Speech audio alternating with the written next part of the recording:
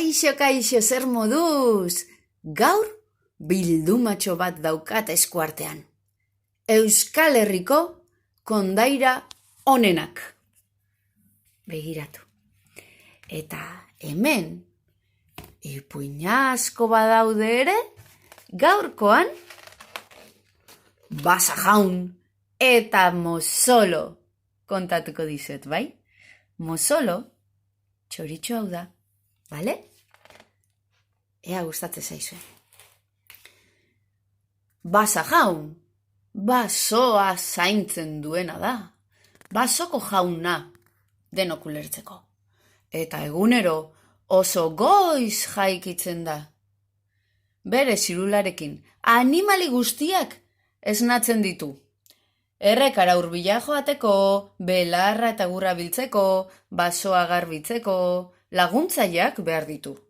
Animalia batzuk oso lotiak dira. Besteak ez beste batzuk alferrak. Beste batzuk goizo esnatzen dira berarekin.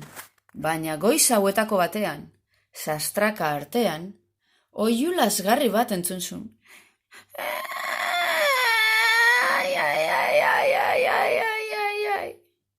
Ora, nor izango te da sastraka artean? Esan zuen Basa Jaunek. Begiratu zuen, eta Mosolo kumetxo bat zen. Negarrez ari zen, beldurtuta.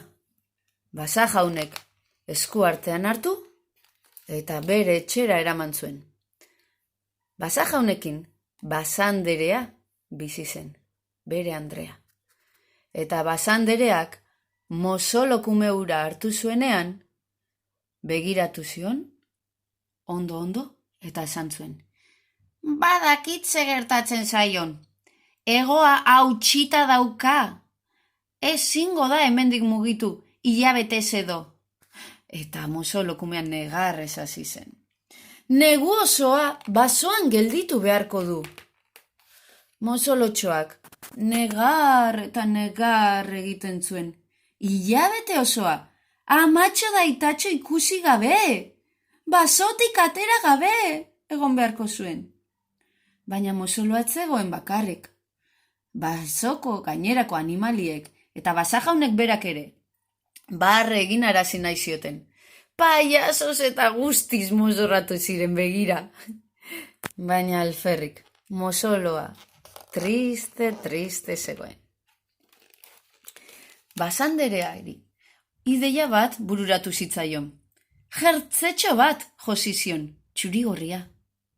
Eta esan zion, Mosolo, hau jasten baduzu, behar badalenagotik sendatuko zaizu egoa. Eta jertzea jantzi zion.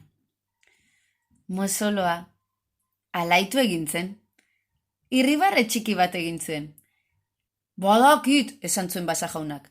Moso izena aldiogu jarri.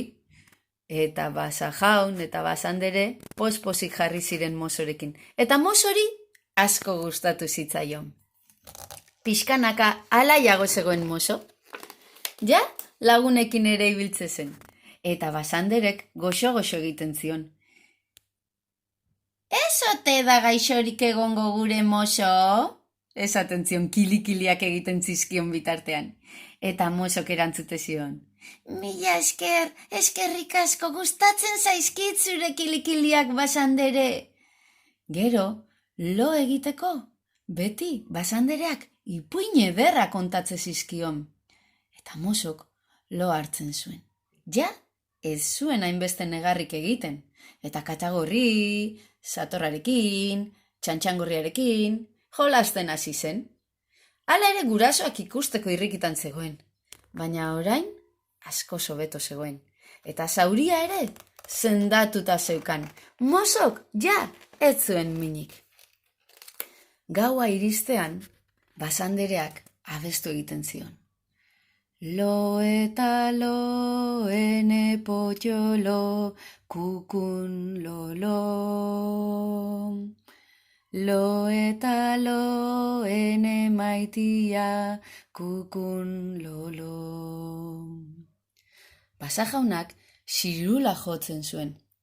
Eta Mosori ere xirulatxo txiki bat egitea erabaki zuen. Oso ondo zaitze zuten gure mozo. Eta doinu desberdinak erakutsi zizkion. Ona hemen gure mozolo xiruli. Deitzen zion txantxangorriak. Eguna joan eta eguna etorri. Egun batean, mozo basoko errekara joan zen. Eta xirula jo zebilela. Halako batean, basa jaun, hasi zen jotzen. Aldapeko zagarraren adarraren puntan, puntaren puntan, txoria zegoen kantari. Xiruliruli, txiruliruli, nork dantzatuko ote du soinu txori. Doinu hori entzun da, txori handi bat azaldu zen. Mozoren aitatxo zen, mozolo jauna zen, azaldu zen. Mozolotxo, non sartu zara azken egunetan maitia? Galdetu zion aitatxok. Aitatxo, izugarri posten naizu ikusteaz. Entzun, kontatuko dizutze gertatu zitzaidan. Zu utzi ondoren, bueltatxo bat egin nahi izan nuen basora. Etxetik pixka bat urrundu eta konturatu gabe ilundu egintzen. Beldurtu egin nintzen eta nora ezian ibili ondoren. Baso honetara heldu nintzen. Istripu bat izan nuen. Egoan mina hartu nuen. Baina basa jaunek eta basanderek zendatu zidaten zauria. Beraiekin egon naiz orain arte. Baldakizu gainera, erakutsi didate, txirula jotzen. Oso ondo jotzen dut. Tximeleta mendian lore baten gainean. Begira, orain hau. Txiki, txikia. Ikusten, begira, aitatxo orain hau. Zozoa galdu du burua. Burua lepoa mokoa. Aita, txundituta zegoen. Alakorik, gure mozo, txirulari aparta da, bikaina, zein ederto jotzen duzun mozo, esan zion aitatxok. Aitatxo, guazen basa jaunen etxera, jarraitu niri, gurera baldin bagoaz, agur esan behar diegun nire lagunei.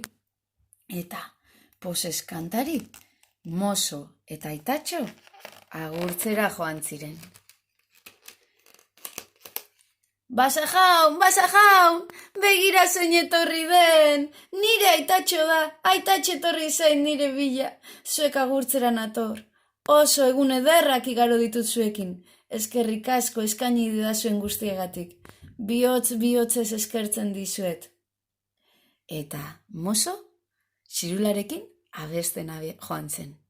Maritxu nora zoaz, eder galantori, Iturrira Bartolo nahi badez etorri.